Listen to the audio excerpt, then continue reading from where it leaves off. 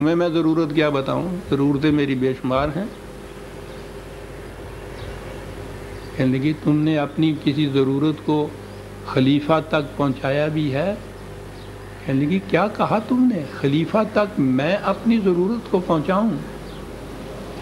اگر وہ خدا کے نام پہ نظام قائم کیے ہوئے ہے تو اسے خدا کی صفت علیم کا مظہر ہونا چاہیے.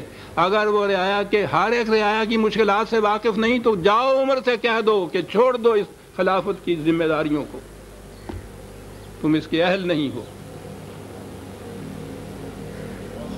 خدا کے نام پہ نظام کرنے والے کو خدا کی صفات کا مظہر ہونا چاہیے، اور اس کی ایک صفت خبیر اور علیم بھی ہے، اس کو باخبر ہونا چاہیے. میں بھکاری ہوں، گداگر ہوں، محتاج ہوں کہ میں جا کے مانگوں اور اپنی مشکل اس پر پیش کروں، یہ اس کا فریضہ ہے. زندگی کا باقی حصہ اس واقعہ کو یاد کر کے رویا کرتے تھے. وہ کہتے تھے کہ عمر تم نے کیا ذمہ داری اپنے اوپر لے لی ہے صاحب. سمیع علیم کاہے کے لیے یہ سب سمیع اور علیم؟ رب السماوات والارض وما بینہما، کتنی بڑی ذمہ. رب کا لفظ یہاں آیا، آپ دیکھیے، ربوبیت بہم پہنچانے والا، نشو و نما بہم پہنچانے والا، خارجی کائنات کا بھی، اس عرض کا بھی، اور اس دور میں ما بینہما کہنا کسی کے ذہن میں نہیں آ سکتا تھا کہ یہ آسمانی کرے اور یہ عرض اور یہ ان کے درمیان خلا جسے ہم کہتے ہیں، نظر سے آتا ہے کہ بالکل خالی ہے. وہ یہ تو آج کے دور نے بتایا کہ خلا تو محال ہے، فطرت کے کارخانے میں خلا نہیں ہے. جو ہمیں یوں نظر نہیں آتا ان کے اندر کائناتیں بس رہی ہیں. قرآن کریم نے سماوات و ارض و بینہما کہا ہے ہر جگہ.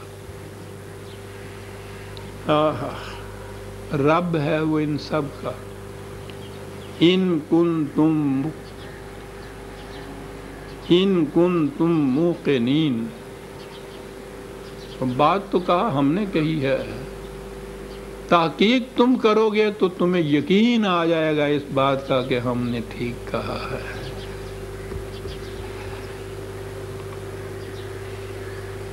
وہ محض بات کہہ کے منواتا نہیں ہے کہ ہم نے جو کہا ہے مانتے کیوں نہیں ہو.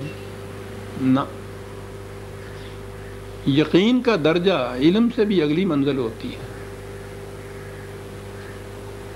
تو کیسے یہ اس چیز کے متعلق پتہ چلے کہ جو ہم نے کہا ہے ٹھیک ہے؟ تحقیق کرو گے تو پتہ چلے گا نا. تو یہ تو فریضہ عائد ہو گیا قرآن کو ماننے والوں کا کہ وہ تحقیق کریں اس چیز کی کہ وہ رب السماوات والارض وما بینہما ہے. اور اس تحقیق کے بعد، اس علم کے اگلے درجے کے بعد جس کو یقین کہا جاتا ہے، اس درجے پہ پہنچے تو پھر وہ حقیقت میں ایمان لانے والا ہوگا اس بات پہ کہ واقعی خدا رب السماوات والارض ہے.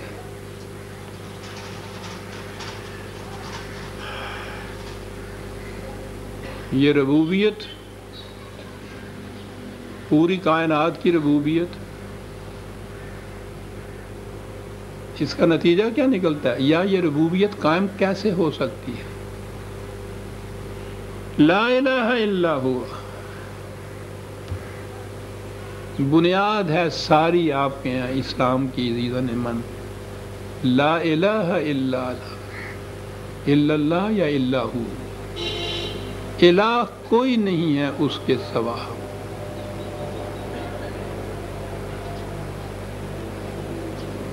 الہ کہتے ہیں صاحب اقتدار کو،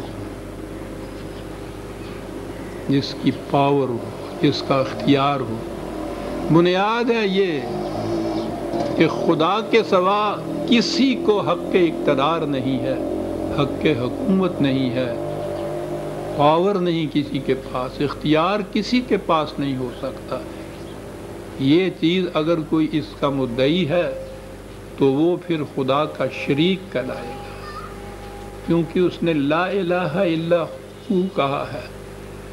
اس میں استثناء اس نے کسی کی نہیں کی ہے کہ یہ بھی اور وہ بھی. لا یشرک فی حکمہ احدا، وہ اپنے حق حکومت میں کسی کو شریک نہیں کرتا۔ لا الہ، تو اتنی بڑی ذمہ داری جو ربوبیت کی ہے وہی پورا کر سکتا ہے کہ کامل اختیار بھی اسی کے ہاتھ میں ہو۔ اگر اس کے ساتھ اور بھی ہیں جن کے اختیارات ہیں تو پھر تو ٹھیک ہے نا، یہ رقبہ وہ چھین کے لے جائے گا، وہ زمین اس کے نام لکھی جائے گی، وہ سارا کوئی یوں بٹ بٹا جائے گا۔ اختیار اس کے ہاتھ میں، یعنی اس کے قانون کی ہاتھ میں اختیار ہونا چاہیے۔ لا الہ الا ہو۔ اگر اقتدار اور اختیار کسی انسان کے ہاتھ میں آ گیا ہے تو پھر وہ لا الہ الا اللہ کا ماننے والا معاشرہ نہیں رہے گا۔ اب یہ بڑی مشکل تھی صاحب، یہاں تو دور اول کے بعد جو ملوکیت شروع ہوئی تو خدا کا تو اقتدار ہی کہیں نظر نہیں آتا۔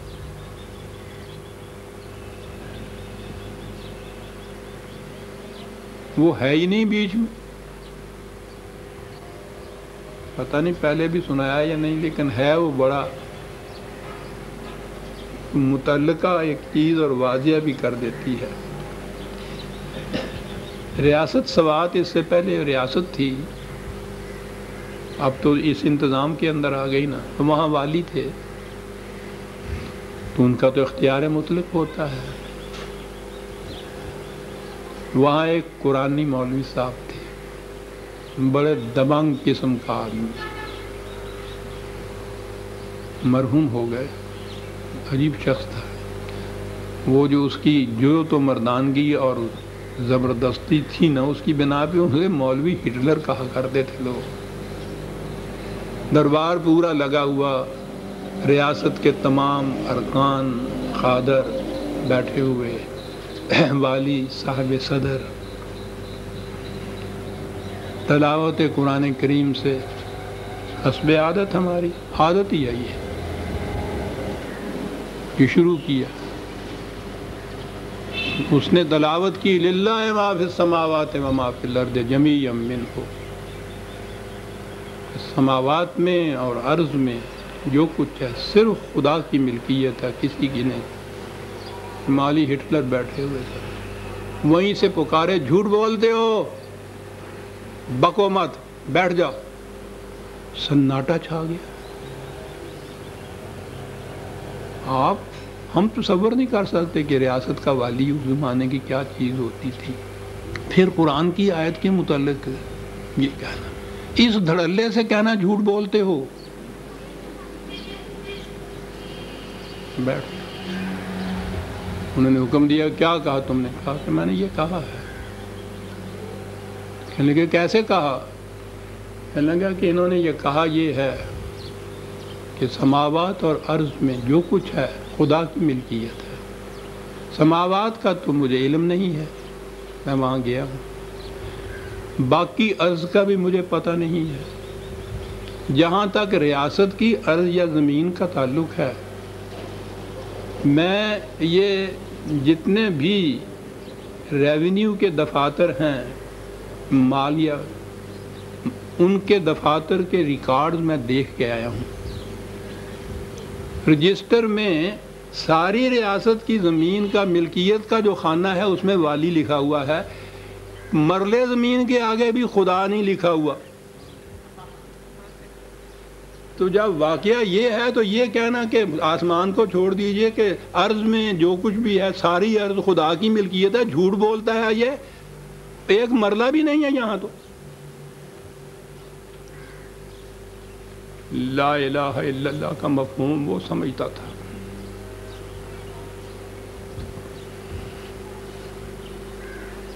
پھر آپ سمجھ سکتے ہیں دوسرے دن مولانا کہاں ہوں گے،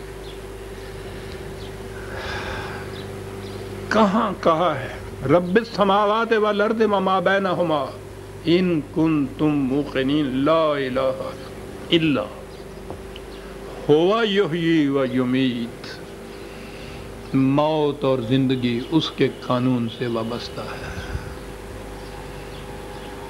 زندگی عطا کرنے والے اسباب اور سامان جتنے ہیں یہ بھی اسی کی ملکیت کے اندر رہنے چاہیے، کسی دوسرے کے نہیں۔